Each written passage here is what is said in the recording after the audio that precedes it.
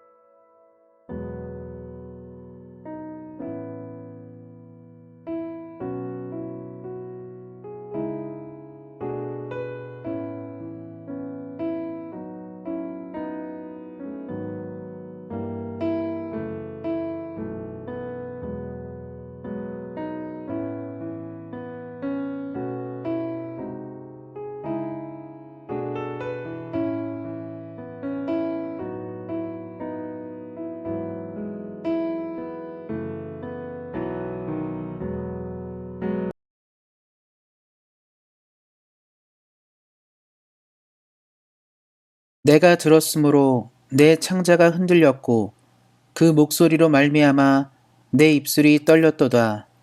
무리가 우리를 치러 올라오는 환난 날을 내가 기다림으로 썩이는 것이 내 뼈에 들어왔으며 내 몸은 내 처소에서 떨리는도다.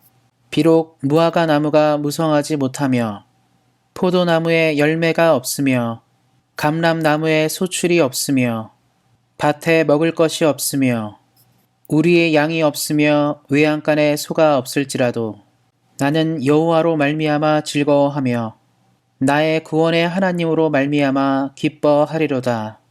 주 여호와는 나의 힘이시라. 나의 발을 사슴과 같게 하사 나를 나의 높은 곳으로 다니게 하시리로다. 이 노래는 지휘하는 사람을 위하여 내 수금에 맞춘 것이니라. 아멘. 기도하고 말씀도록 하겠습니다. 하나님, 오늘도 주의 말씀을 사모하는 주의 사랑하는 성도들에게 말씀이 주는 풍성한 은혜를 내려주시기를 기도합니다. 언제나 살아계신 하나님의 말씀을 우리 사랑하는 성도님들이 부드러운 마음과 귀로 듣게 하시고 결실하는 믿음으로 나가도록 함께 하시기를 기도합니다. 지금은 살아계신 하나님의 말씀을 듣습니다. 말씀을 전하는 사람과 듣는 모든 사람들에게 큰 은혜로 함께 하실 하나님을 믿으며 우리를 구원하신 우리 주 예수 그리스도의 이름으로 기도하였습니다. 아멘. 오늘은 하박국 이야기를 통해 함께 은혜를 나누고자 합니다. 오늘 우리가 살펴볼 하박국은 구약의 선자로 그에 대해서 알려진 것이 많지 않습니다. 그의 메시지를 따라서 그가 예레미야나 에스겔 또는 다니엘의 시대의 사람이라고 추정해 볼 수 있습니다. 하박국에 언급된 바벨론 제국은 예레미야와 에스겔, 다니엘 시대의 나라이기 때문입니다. 하박국은 동시대의 다른 선지자들에 비해서 유명하지 않은 선지자이지만 하박국 2장 4절인 의인은 그의 믿음으로 말미암아 살리라라는 말씀은 신약성경 로마서, 갈라디아서, 그리고 히브리서 등에 세 차례나 인용될 정도로 매우 유명한 구절입니다. 또한 이 구절은 종교개혁의 핵심 구절이기도 합니다. 종교개혁대의 핵심 메시지 중 하나인 오직 믿음으로는 바로 이 구절이 인용된 로마서에서 나왔습니다. 이렇듯 짧은 하박국 3장에는 많은 메시지가 담겨져 있습니다. 오늘은 그래서 그의 이야기를 통해서 도전받고 신앙을 가진 사람의 삶의 모습을 만나보도록 하겠습니다.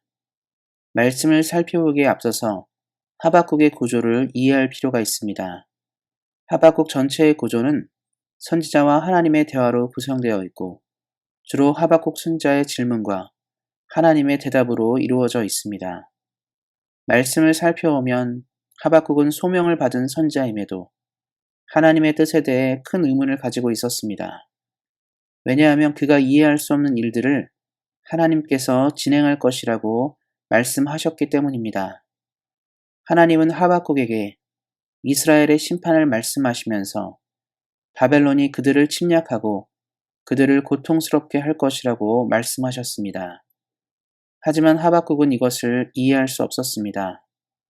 왜냐하면 당시 바벨론은 여러 나라들을 침략하여 짓밟는 악한 나라였기 때문입니다. 과거의 나라들의 전쟁은 승리한 나라가 모든 것을 가졌습니다. 패배한 나라의 백성들은 노예가 되고 살던 땅에서 쫓겨나 타지로 강제 이주를 당했습니다. 이러한 바벨론의 침략으로 멸망할 운명을 가진 이스라엘은 매우 고통스러울 것을 알았기에 하박국 선지자는 이해할 수 없었습니다. 그리고 이스라엘의 심판 도구로 사용되는 바벨론이 이스라엘과 비교해서 나을 것이 없는 악한 나라였기에 선지자는 더욱 이해할 수 없었습니다. 하박국 선지자가 느끼기엔 죄인의 죄를 벌하기 위해 온전한 자가 아닌 더 큰 죄인이 심판하는 모습으로 보였기 때문입니다. 그래서 하박국은 하나님께 묻는 것입니다. 우리가 악해서 심판을 받는 것은 맞지만 왜 우리보다 악한 자가 우리를 심판해야 합니까? 라고 한 것입니다. 하박국 1장 13절 말씀입니다. 주께서는 눈이 정결하심으로 악을 참아보지 못하시며 패역을 참아보지 못하시거늘 어찌하여 거짓된 자들을 방관하시며 악인이 자기보다 의로운 사람을 삼키는데도 잠잠하시나이까? 우리가 사는 세상도 이와 같은 질문을 하게 될 때가 많습니다. 악한 사람이 더 잘 되는 것, 악한 사람이 오히려 착한 사람을 억누르거나 착한 이들이 어처구니 없는 사고로 목숨을 잃게 되거나 고통받는 일들을 우리들은 눈으로 보게 되면서 비슷한 질문을 하게 됩니다. 하나님이 계시지 않기 때문에 아니면 하나님이 정의롭지 못하기 때문에 이런 일이 생기는 것인가라고 사람들은 질문합니다. 이에 대해 하나님께서 무엇이라 하시는지 우리는 주목해야 합니다. 고통하는 세상을 살아가는 우리들의 질문에 대한 하나님의 대답은 매우 단호하십니다. 하나님은 반드시 올바르지 못한 일들에 대해 정의를 실현하시겠다고 말씀하십니다. 하박국 2장 3절 말씀입니다. 이 묵시는 정한 때가 있나니 그 종말이 속히 이르겠고 결코 거짓되지 아니하리라. 비록 더딜지라도 기다리라. 지체되지 않고 반드시 응하리라. 이 말씀처럼 하나님은 반드시 하나님의 때에 그의 뜻을 이루실 것입니다. 우리가 종종 사용하는 단어 중 빅픽처라는 단어가 있습니다. 영어에서 그대로 큰 그림이라는 의미입니다. 당시에 볼 때는 이해가 안 되는 것이라도 후에 보면 왜 그랬는지를 알게 될 때 사람들은 빅픽처, 큰 그림을 그렸다라고 이야기합니다. 예를 들면 2018년 자카르타 팔렘방 아시안게임에서 축구 대표팀의 김학범 감독은 황의조라는 선수를 기용했습니다. 그를 선발할 당시에 언론이나 많은 축구인들은 인맥 선발이라는 큰 비난을 하였습니다. 하지만 황의조 선수는 신들린 듯한 활약으로 아시안게임 금메달에 큰 기여를 하였습니다. 대표팀의 우승 이후에 감독과 선수를 비난하던 여론은 감독이 그린 큰 그림에 탄복하였습니다. 이와 같이 빅픽처는 우리가 그림의 완성을 본 후에 왜 그랬는지를 알게 되는 것을 말합니다. 말씀으로 돌아와서 하나님은 하박국에게 큰 그림을 보여주셨습니다. 하박국이 궁금했던 대답을 하나님은 들려주십니다. 악한 사람들이 영원할 수 없고 그들 역시 그들의 행동으로 말미암아 큰 심판을 받게 된다는 사실을 말씀하셨습니다. 그리고 당시 이스라엘이 바벨론으로 인해 고통을 받더라도 하나님의 큰 그림은 결국 바벨론은 반드시 심판을 받는 길로 갈 것이며 이스라엘은 다시 회복된다는 것이었습니다. 그래서 지금 당장의 고통에 집중하지 말고 하나님의 큰 그림을 보라고 하박국 선지자에게 말씀하셨습니다. 그러면서 나온 유명한 말씀이 의인은 믿음으로 말미암아 살리라입니다. 세상의 모든 사람들은 다양한 삶의 이유를 가지고 이 땅을 살아갑니다. 어떤 사람은 그들의 자녀로 인해 살아갑니다. 어떤 사람은 명예로 인해 살아갑니다. 혹은 돈을 인해 살기도 하고 권력을 인해 살기도 합니다. 그러다가 자신들의 이유가 무너지게 될 때 우리는 우리의 앞날을 막아선 하나님께 실망을 하거나 상처를 받습니다. 하나님의 큰 그림을 보기보다는 지금 눈앞에 가로막힌 사실에 고통하며 하나님을 원망합니다. 그래서 하나님은 우리에게 믿음으로 사는 삶을 말씀하신 것입니다. 믿음으로 사는 것은 다른 말로 하나님의 큰 그림을 보면서 사는 삶을 말합니다. 앞서 말씀드린 것처럼 하나님의 정의는 더디게 보일지라도 반드시 실행될 것이기 때문입니다. 영원할 것 같은 바벨론 제국은 100년도 채 유지하지 못하고 하나님의 말씀대로 페르시아 제국에 의해서 멸망하게 되었습니다. 하나님의 큰 그림을 기대하고 기다린 사람들은 거대한 제국이 허무하게 멸망하는 것을 지켜보았습니다. 이처럼 현대를 사는 우리 역시 큰 하나님의 그림을 볼 수 있는 사람들이 될 수 있어야 합니다. 과거 신앙의 자유를 찾아 북미 대륙으로 건너온 청교도들은 낯선 땅에서 하나님의 그리시는 큰 그림을 보았습니다.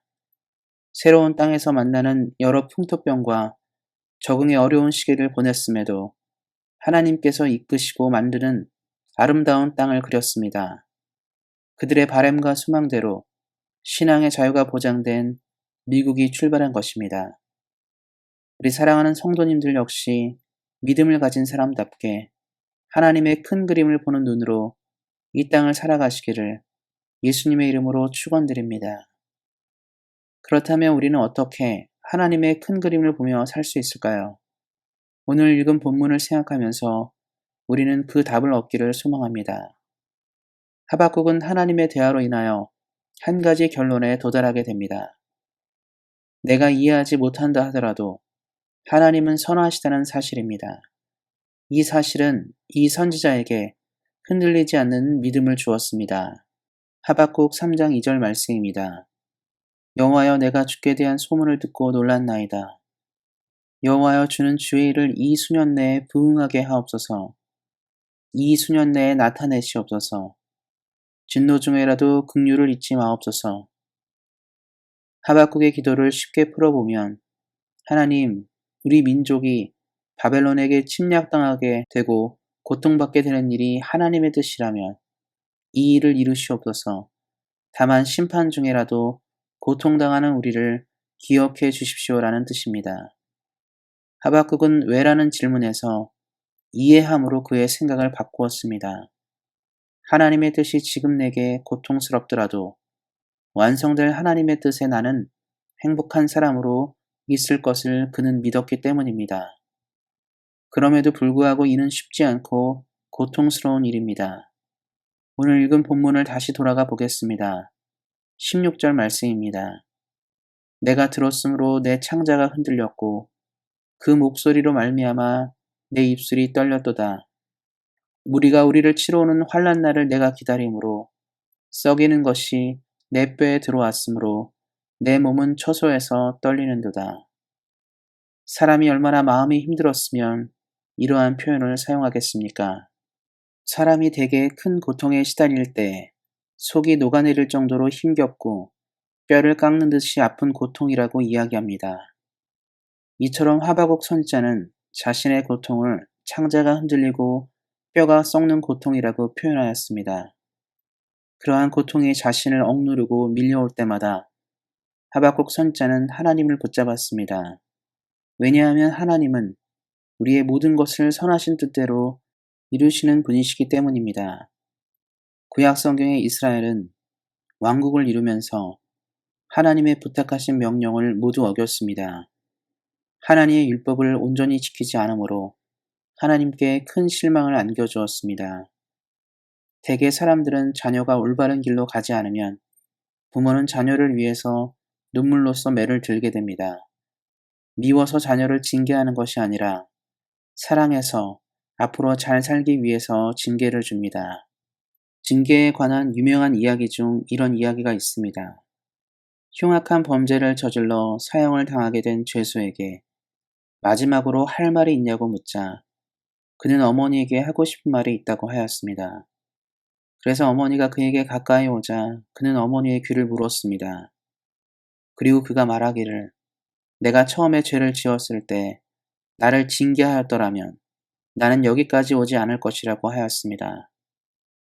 이 이야기에서 볼 수 있듯이 자녀가 악행을 저지른데도 무조건 이해하고 감싸는 부모는 오히려 자녀를 망하게 하는 길로 인도하게 될 것입니다.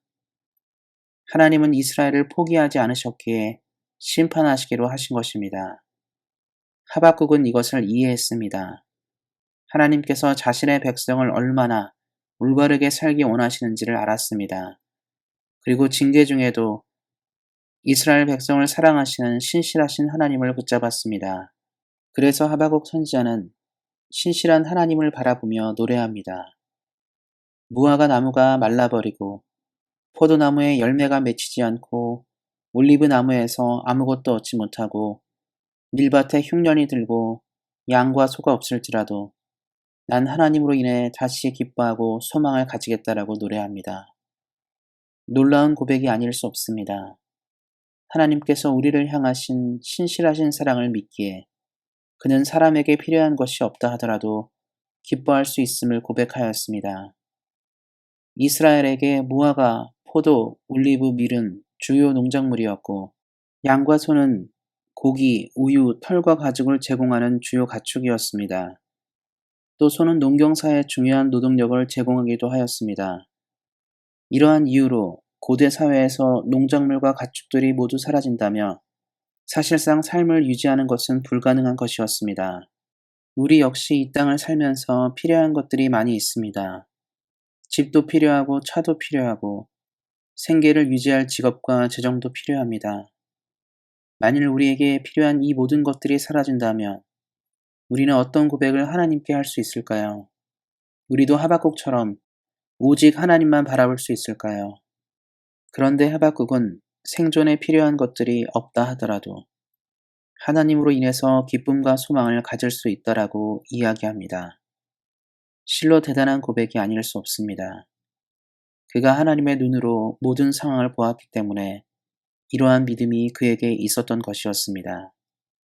사랑하는 성도 여러분, 우리도 하박국과 같은 신앙 고백이 있어야 합니다. 우리가 사는 이 시대는 점점 소망이 없고 암담합니다. 정직하게 사는 사람들이 손해를 보고 악한 자가 득세하는 시대를 우리는 눈으로 바라보고 있습니다. 그래서 우리는 하박국과 같이 하나님의 큰 그림을 보는 눈과 믿음이 있어야 하겠습니다. 우리 사랑하는 성도님들이 삶에서 낙심되고 고단할 때마다 하박국과 같이 오직 하나님을 붙잡으시기를 예수님의 이름으로 격려드립니다. 말씀을 맺고자 합니다. 하박국 선지자는 삶에서 이해되지 않은 일들로 인하여 낙심하고 절망에 빠졌지만 여전히 세상을 움직이시고 온전한 정의를 실현하실 하나님을 믿고 바라봤습니다. 그는 모든 것을 이해했기 때문에 하나님을 믿은 것이 아닙니다. 그는 하나님이 하나님 되시기 때문에 믿음으로 이해하기로 결정하였습니다. 그래서 그는 소망이 없는 그때에 소망을 보았고 믿음이 없는 그 시절에 믿음을 가졌습니다. 우리 사랑하는 성도님들도 하박국 선지자처럼 이해하기 때문에 믿는 것이 아니라 믿기 때문에 이해하는 신앙으로 나아가셔서 언제나 하나님을 바라봄으로 삶의 소망과 기쁨을 주 안에서 평생토록 누리시기를 예수님의 이름으로 축원드립니다. 기도하겠습니다. 하나님, 오늘도 귀한 말씀을 통하여 은혜를 주심에 감사를 드립니다. 언제나 우리 사랑하는 성도님들이 힘들고 어려운 시대를 살수록 더욱 하나님을 굳게 붙잡고 살게 하시고 하나님께서 이루실 정의를 기대함으로 이 땅을 살아가도록 함께 하시기를 기도합니다. 언제나 공고하고 지치고 힘들 때 이 땅을 보는 눈으로 살지 않게 하시고 하나님이 그리시는 큰 그림을 기대함으로 삶을 살아가는 우리 사랑하는 성도님 되도록 함께 하시기를 기도합니다. 언제나 우리 사랑하는 성도님들을 하나님의 가장 좋은 길로 인도하실 주님을 신뢰하며 우리를 구원하신 우리 주 예수 그리스도의 이름으로 기도하였습니다. 아멘. 이제는 우리 주 예수 그리스도의 은혜와 하나님 아버지의 그 크신 사랑과 성령의 교통하심이 하박국 선지자처럼 믿음으로 이 땅을 살기 원하는 사랑하는 온세안교회 모든 성도님들 머리 위에 이들의 가정과 자녀와 일터와 사업 위에 그리고 주의 긍휼이 필요한 대한민국과 캐나다 위에 이제로부터 영원토록 함께 하시기를 간절히 축원하옵나이다. 아멘.